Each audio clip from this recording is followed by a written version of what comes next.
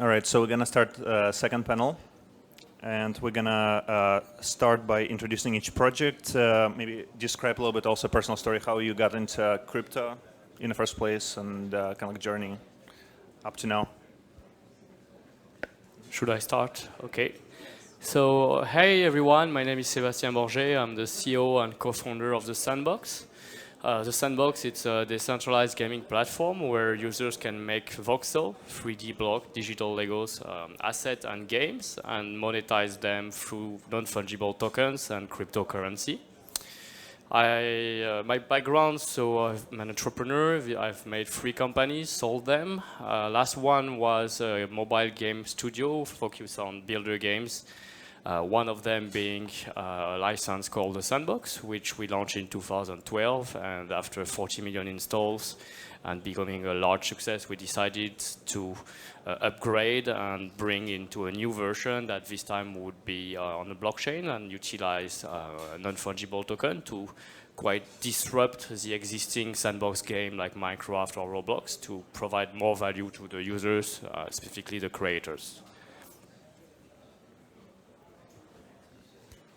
Hey everybody, I'm Jeff from Axie Infinity. Axie Infinity is a cute digital pet game where anyone can earn cryptocurrency and learn about blockchain. Can battle them, collect them, also breed them. So my background is in monetary theory. I've been a lifelong gamer. So I think like the blockchain gaming space is a natural fit for me. I first got into cryptocurrency basically through non-fungible tokens. I learned about a game called CryptoKitties, where I actually met a lot of the other Axie Infinity team members. Obviously, it was a very simple game, but I found the idea of actually being able to trustlessly trade game assets is really interesting. And I also saw that in a blockchain game, the relationship between the developers and the community is slightly different than in a conventional game. Hey everyone, my name is Matias. I come from Argentina, so it's been a 32-hour flight. I'm pretty dead, yeah.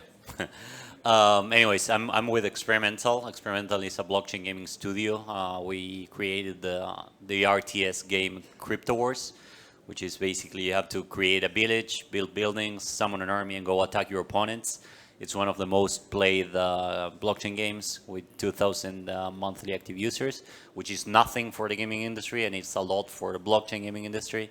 So we are proud of that.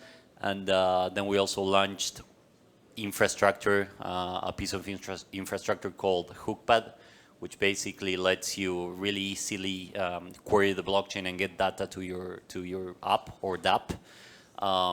Which was one of the main hurdles we found when developing Crypto Wars. And then, background, I'm an entrepreneur. I sold my first company 3 years ago, then worked for a VC and as a VC for 3 years. And a year and a half ago, founded Experimental. So, yeah. Hello, my name is Damian Byeon, and I'm a Chief Communication Officer in ITAM Games. And what ITAM Games does is that we utilize and provide a SDK for the traditional games to utilize the non-fungible token standards that we created so that they can actually become a blockchain game. Not only that, we're also making our own blockchain game called Blue Dawn. And a little bit about me is that I used to be a EOS validator, which is block producers. And I realized that we actually need more users in the blockchain space and figured out that the gaming is always the key component that move the industry. Just like internet and mobile, I believe that blockchain will actually gain more users by having actual game services. So that's the key reason that I joined ITAM Games this year. Thank you. Thank you, and maybe we can share a little bit on collaboration, because from my understanding, Seb and Jiho, you have in your communities, and perhaps everybody else can share as well, some examples of collaboration where either creators collaborate or developers collaborate, and how does that work, and how does that differ from the traditional world of gaming? So in our case, we are a user-generated content platform, which means that anyone can use our editor called VoxEdit and start creating 3D voxel model, animate them, and turn them into non-fungible tokens. We also allow anyone to build their own game and publish them on our platform for anyone to play. So as a UGC platform, we need to start by offering a lot of content to showcase the quality and get players to be interested to play the games, or the game creator to acquire some elements to build the experience of their dreams. So we launched Artist Creator Fund earlier last year in December of $2 million, and we have gathered a community of 100 artists that worked with us and made over 3,000 asset models to date. And more recently, last month, we also launched a Game Makers Fund, where we started to onboard game designers, game creators to build the first experience on our platform. And we'll be announcing after this panel also the winner of a contest that we launch here with our Korean artist community. So please stay a few minutes before you leave to see the winner and some amazing art.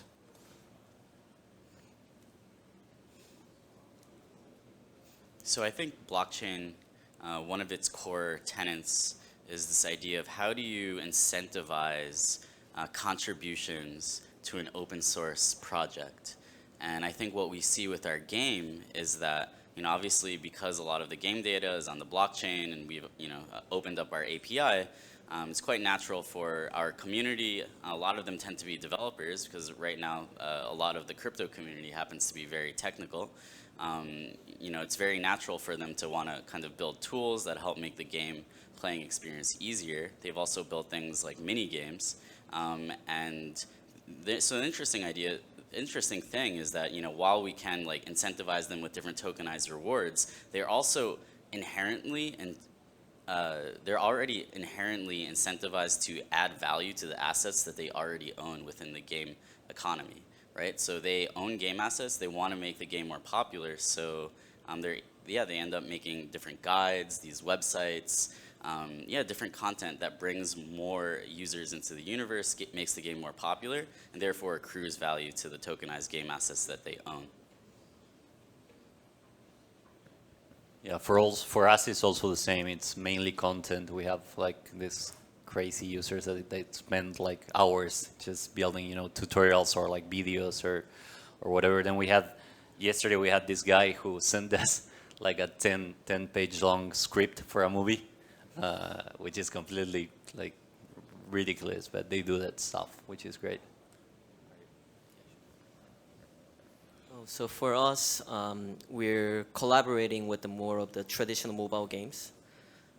So our approach is that saying that we will take care of the blockchain side of the technology and you deal with the more entertaining and the fun part of the gaming, so that we can actually bring the users to this platform and co-benefit each other. So we take care of the SDK to give the solutions for the non-fungible tokens. Cool. And also, who is your core audience and how do you think about growing it? What worked so far, what hasn't?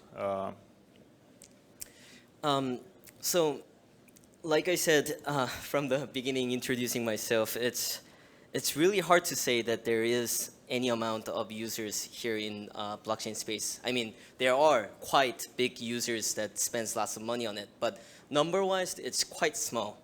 So we want to actually make the users coming from the gaming industry to join the blockchain industry.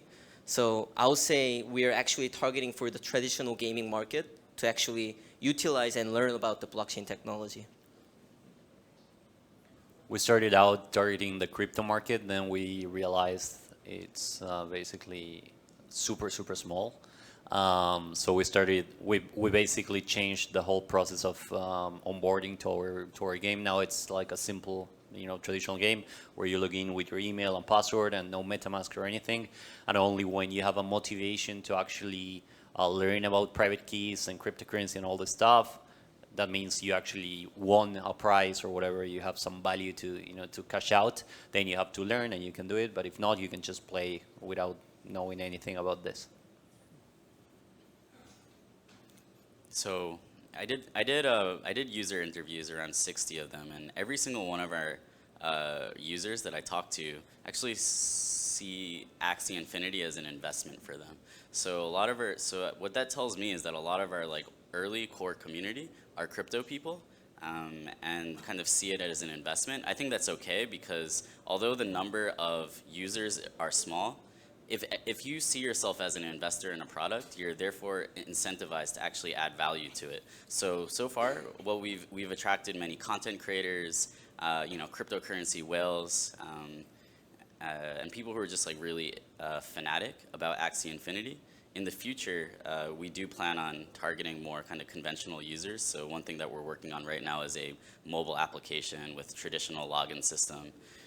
So yeah, I think it's okay to kind of take that path. It might actually be closing up for current like blockchain game developers, because the market is kind of like dried up a little bit, and the crypto kind of gamers have already kind of picked their games, and they might be like less inclined to kind of move. So I think that it will be difficult for game developers to come in and tap into that same market that a lot of the early games did.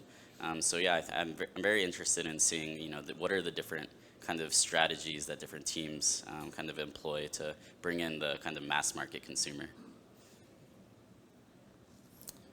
So we have several user targets. The first one, I would say, is artists. Since we've launched the first component of our platform, this voxel editor, which has a unique feature, is an animation feature. There's no other software on the market that provides this for free. We've been able to attract a large amount of users. I think we generated something like 50,000 downloads of the software in just a couple of months. And these artists are non-crypto users. They are just regular 3D artists in general. But they got interested about the whole concept of this gaming platform we're offering, and what's behind, and what are non-fungible tokens and the cryptocurrency. And we've had already some success into attracting this community of 100 artists working with us already into creating a wallet and accepting Sand as a means of payment, Sand being our ERC20 cryptocurrency. So I think in a sense we've been able to prove some adoption from a community of outside of crypto.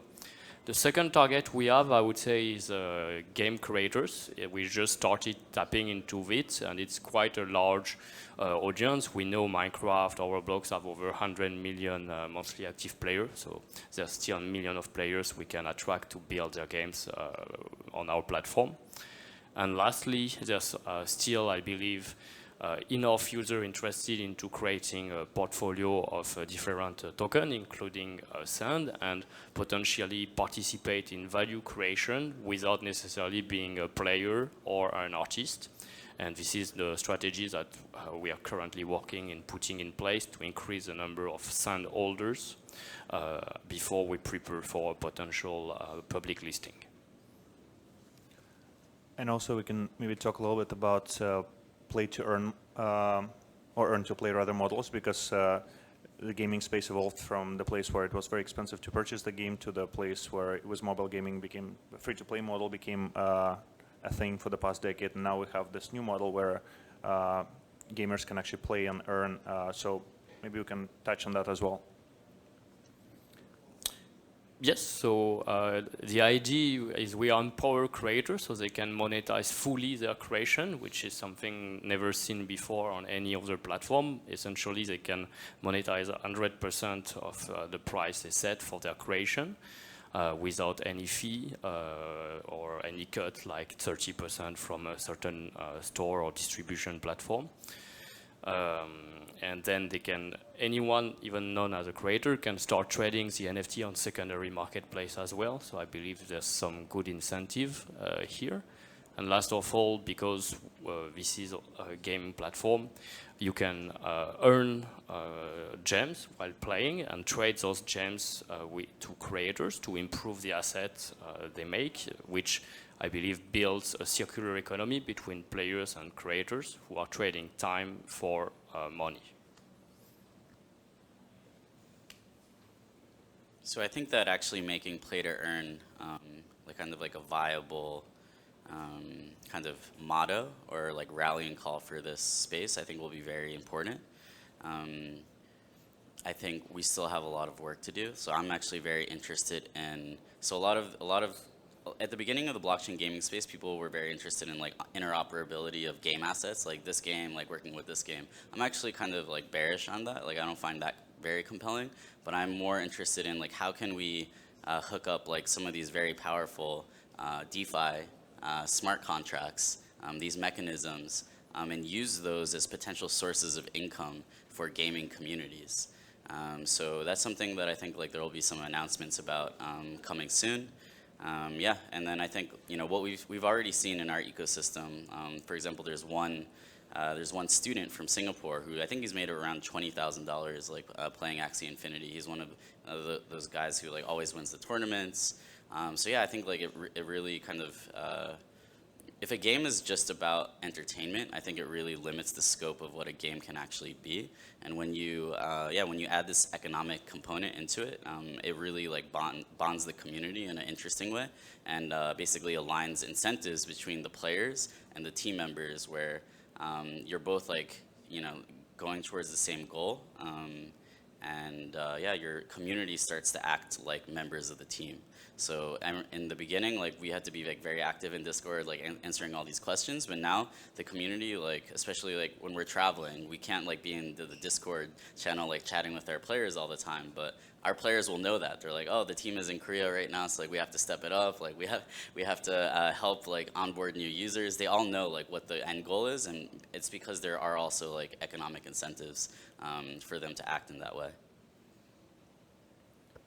Cool. Yeah. So in our case, we host Crypto Wars tournaments every weekend, sometimes in the week as well. And in every tournament, from 5 to 15 people win, and they earn around $500, $500. Actually, makers die. For now, some companies are sponsoring these tournaments. For example, Maker, for example, Loom, for example, OpenSea, for example, DubRaider, and many others. So they basically give us prizes to give to the users. In the future, when the network is more stable and secure, we plan on doing prize pool tournaments. But also, I'm pretty excited about DeFi in the sense that the users could basically stake Ether or NFTs or whatever into the game, and then have like a no loss prize pool or something like that. I think that's gonna be cool. I think the value of asset actually comes from supply and demand. And in order for play to earn ecosystem to work, I think there has to be a game that attracts lots of users. So there's lots of demand for certain digital assets. So our focus is to bring like entertaining games so that everyone can enjoy, and everyone wants a piece of that digital assets that can overcome the power of obstacles that they have in the gaming. Play to earn system, I don't think it only belongs in blockchain industry, because like the gaming industry was longer than the blockchain, and there has been lots of digital assets been trading before that. So we just have to make that digital assets more transparent and make people want to play more of the games that are on the blockchain. And also maybe we can talk about emerging monetization models, if you're seeing something that works for you in terms of like monetization, new models, monetization. Monetization is okay. For the monetization model, the traditional gaming market, they isolated their games so that users can pay more to get the contents out. But if we're in the blockchain gaming industry, then most of the market is free. So it can be freely traded. So it's really important to have the core revenue models, such as having a NFT exchanges that only is permission based on one NFT standard and stuff like that. So for us, we made a non-fungible token exchange called DotX, so that all of the games on our store will be tradable on DotX and only tradable on DotX. So we'll be getting our revenues from the trading fees of those non-fungible tokens. For us, monetization is not like a priority right now. I think the market is just too small. So if you want to build a billion-dollar company on 200, 500, or 2,000 users, that's pretty complex. For now, I'd rather focus on the technology. I'd rather focus on the UX and answer other issues we have before thinking about monetization. We tried a couple things, like we sold some skins that went well. We had a couple prize pool systems where we took a share of the of the prize pool, and that went well as well. But I mean, again, if you have 2,000 users, you're not going to be profitable or anything anytime soon. So we rather grow the community, better to just make the product better, and leave on investment until the point of whenever the market gets bigger. I think that's when we'll start focusing on monetizing.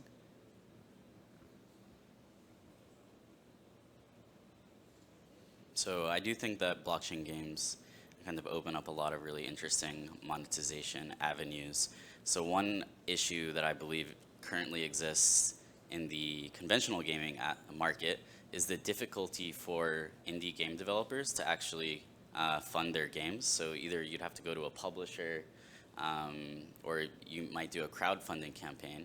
But the issue with the crowdfunding campaign is, usually these game developers, they're just giving like early access or like merchandise, things that are kind of, in my opinion, useless. So what we found very interesting was we actually, did crowd sales that with tokenized game assets that actually kind of really, in a way, represented a stake within our ecosystem.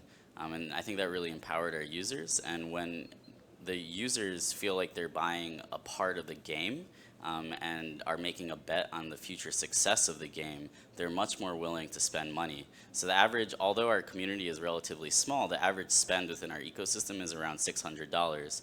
There are over 5 people who've spent, over hundreds of thousands of dollars within our ecosystem. We've been around for 1.5 years. We just only recently took VC funding. So obviously we're based in Vietnam. So yeah, we've been profitable like for all of our lives, like for the entire life of the company.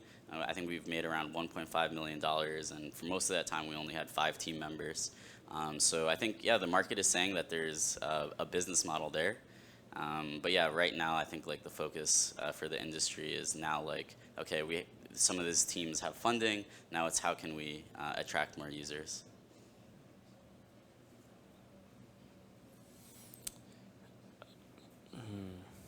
So we haven't launched yet fully.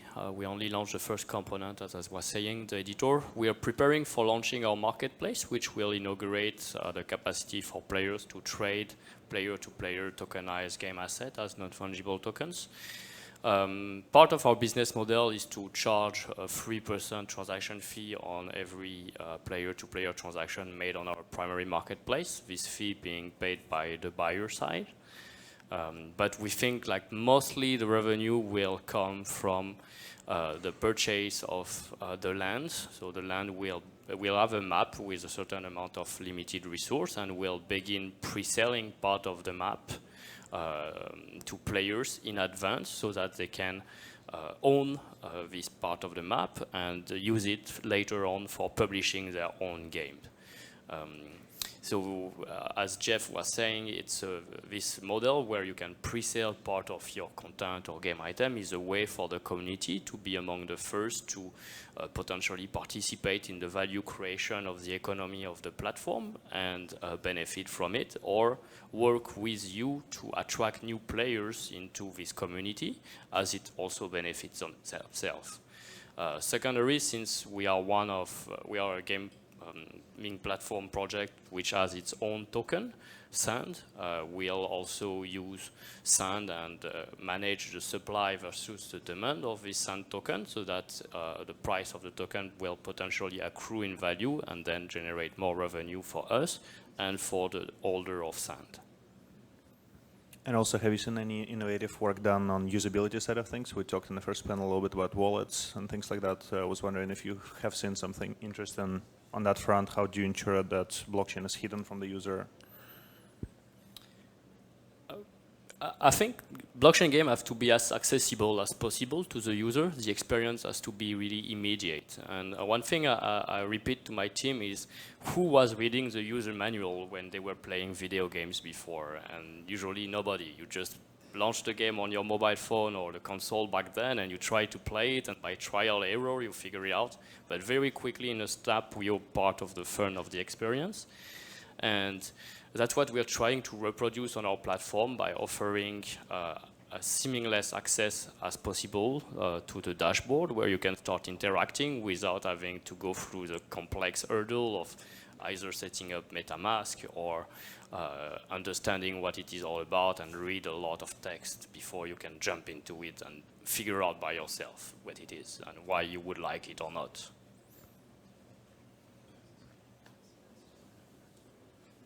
So I think that I think this emphasis on like the infrastructure not being ready, I think it's true. It's true in a way, but it's also like kind of a cop out or an excuse for why like current projects haven't gained adoption. Like I think that the gameplay just needs to be more fun.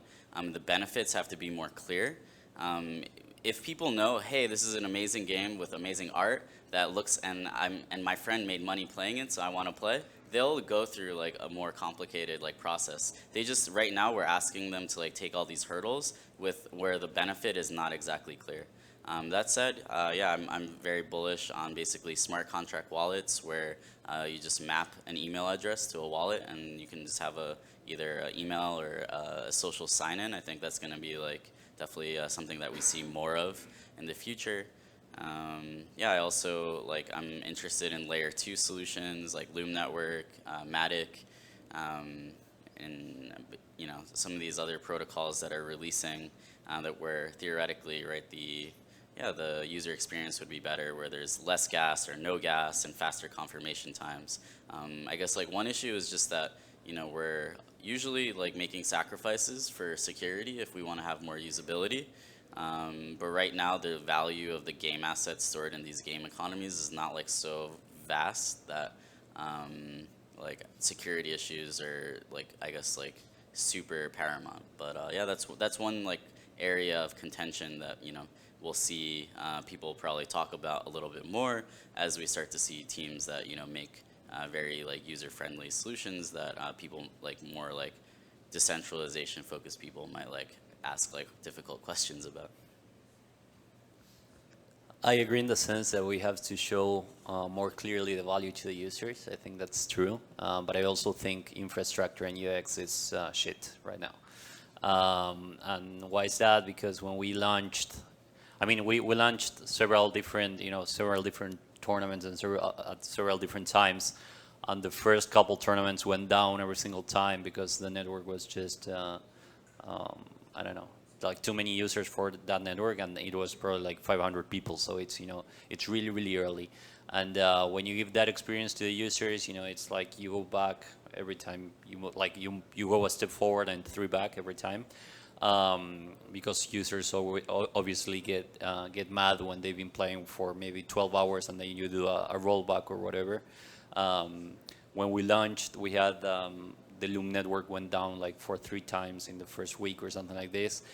We were to be fair, we were the first game to deploy on the network, and our game needed fixes, the network needed fixes, everyone needed to optimize their things. But definitely infrastructure is a problem right now. Yeah, so that. For us, we are providing the custody service. We figured out there is only one services that's really successful in the blockchain space, which is Exchange. So they're providing the custodian service, and lots of people are using blockchain trading services there. So for us, we didn't want the users to have obstacles to join our platform by making their personal wallet. So that's why we tried the custody service, and then we actually see lots of growing numbers of our users. So we will provide everything for user increase, and later on, if they can adapt the blockchain side, then I think they'll be best. Cool. We can open it up to questions.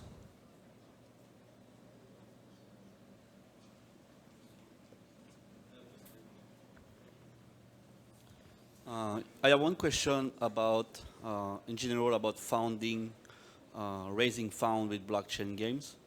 Do you believe this is the right way to do it? Basically, asking people to buy ITAMs or something like that, that a game doesn't exist yet, or something like that? Or do you think it will change in the future in that aspect, where maybe you will have traditional funding, and then you will have reward for free, basically? This is maybe where the traction came from, right? Because, yeah, I think for early games, for now it makes sense, but for maybe in 5 or 10 years, maybe is not the solution we should have. I don't know. Just asking this question to myself. So if you have an answer. Yeah, I think it's an interesting question. I think there are two sides to it. So I think like as blockchain games become more successful, there will be more like investors who are willing to kind of fund the early stage projects. So basically, like having to do a community crowdfunding event might become less popular. At the same time, I do think that it's interesting to basically have these players like investing in your game from the beginning, and for them to be involved in the game creation process from day one before there's actually any product, right? What we saw is that we sold tokens. They didn't even there were a couple of weeks where people couldn't even see the Axies that they'd bought, and so they like our first investors, our initial community, they came along this journey with us from day one, and we've actually built like very close bonds with them.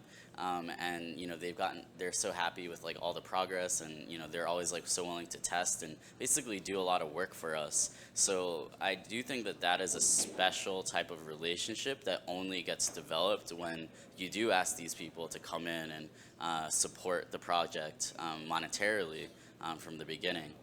So that's one thing that I'm not sure we as a space want to move away from as more traditional funding comes in.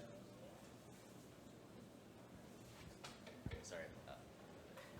So what's your view on games that have their own native token? Doesn't just add friction in the game, or doesn't it make the game prone to maybe external shocks from price speculation? In our case, we first thought our whole ecosystem with a token, and then decided it wasn't a good idea. Not only because of regulatory reasons that makes it really complicated, but also because to us it definitely adds friction, and that's why we basically adopted DAI, which is MakersDAO stablecoin. It just makes it easier.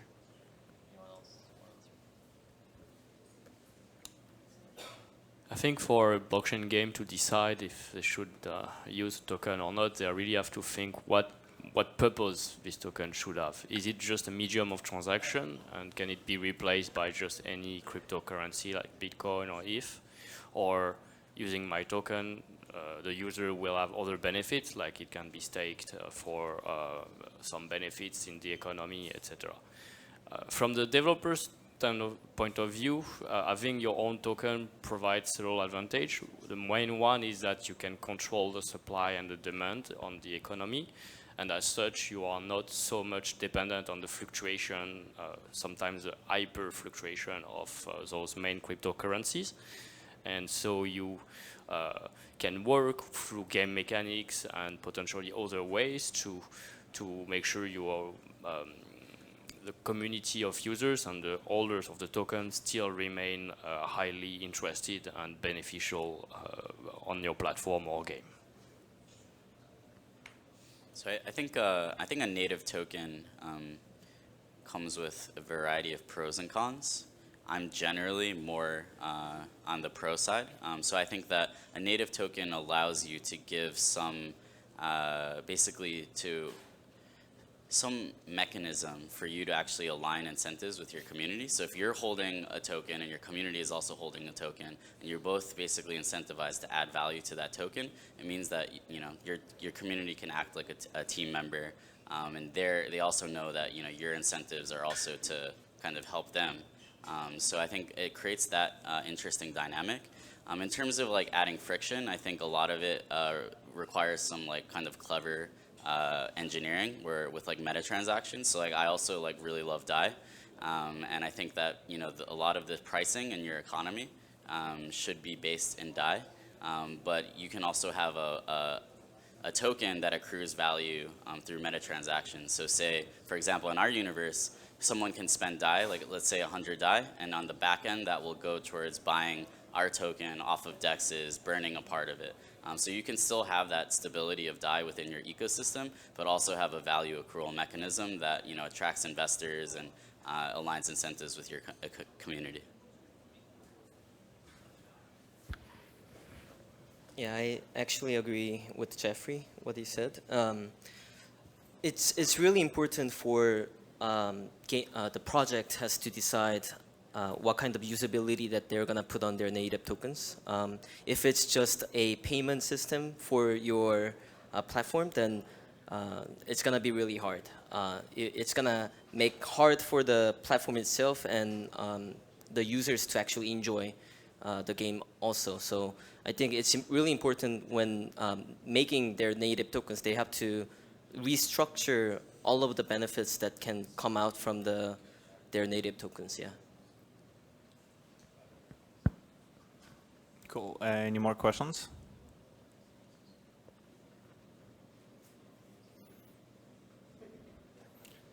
All right, I think people are good to, I guess we'll go into the announcement.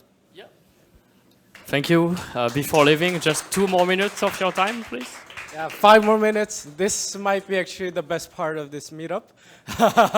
No, just kidding. Yeah, so we're gonna make it really quick. So the Sandbox, we've been working on building a community of voxel artists in Korea. And at the moment in the world, we have about 80 approved creator fund artists who are being paid making voxel model using our Vox Edit software. And 10% of the number is now in Korea. And for last 36 days, we had a creator contest for any Korean artist. And for 36, and the prize amount was 5 million Korean won, which makes like $4,000. And we had 54 submissions, even though voxel art is not very big in Korea. And today, we've invited some contestants who submitted their works, and we have winners among them. And not everyone were able to come because some live in different countries, some still work late night, some are too young. So, okay, yeah, we're gonna get, now, okay, I'm gonna make this quick. Yeah, actually, I had, okay. I thought it was, okay. So,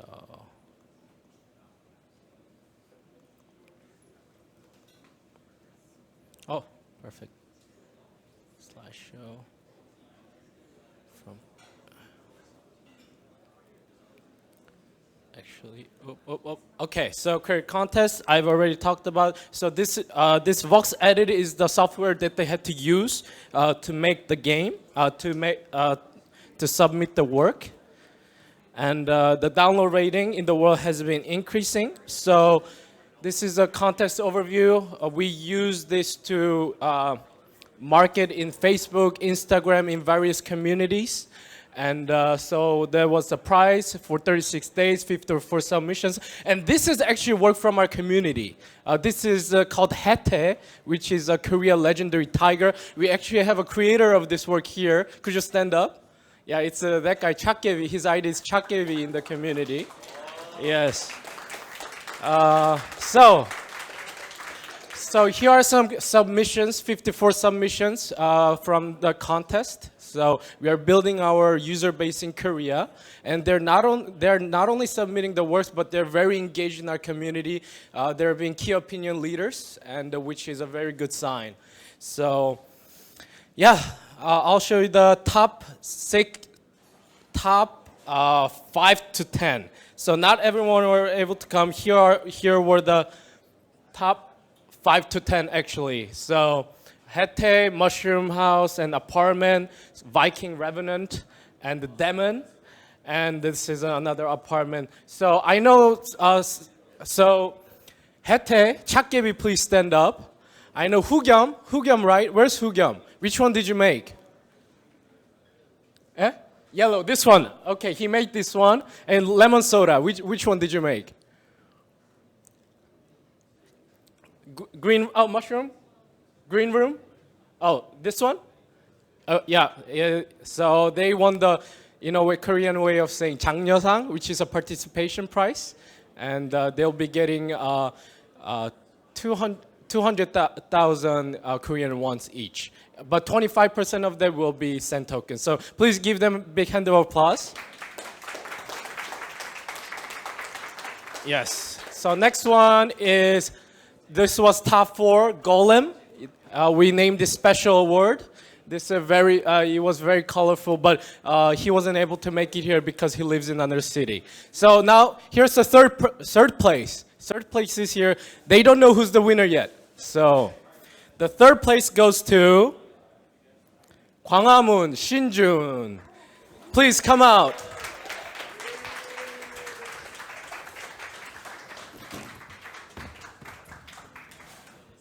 And we actually need Sebastien, but since he's taking picture, I don't know, maybe we could do this. Could someone please take picture? Yep. Shinjun, come to the center, please. Yeah, here. Okay, the third prize goes to Shinjun for making Gwanghwamun, which is a Korean. So look at the camera. Yes. Now to the second place.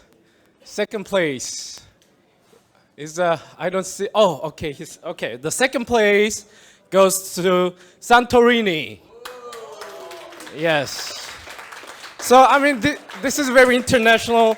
The third place goes to Korean architecture. Second place goes to European. It's very, Yeah, this is a funny twist here. You can turn this and you still get a nice building. So he made it. Oh, please, 복셀깎이님. Here he gets 1 million KRW as a prize with 20% in sand. So thank you very much. So the last one, the winner of the creator contest. Okay, he can feel it because he's the only one who's left. Okay, the winner goes to Saipunk, to Nohun. Yes, please come out. He gets the big one of 2 million KRW, 25% of this being paid in sand token. Yes, thank you very much. Awesome. Yes, there was a creator contest. This was a contest summary. Yeah, the first place, second place, third place, special award, and the participation prizes. And we have other 40 works. They were really great, but the competition was too competitive, I guess. So they didn't make it. Okay. We'll do it one more time. Yeah, we'll do it one more time. Maybe in the future, do diorama competition or something. So thank you very much. Join our community. You can find us on Telegram. You can find us on Discord. Also, this QR code will lead you to our Korean voxel artist community, where you can, where you can find our artists' work because they share it very actively every day. Thank you very much. Thank you for staying. Thank you to the speaker, and enjoy Korean Blockchain Week. Have a good night.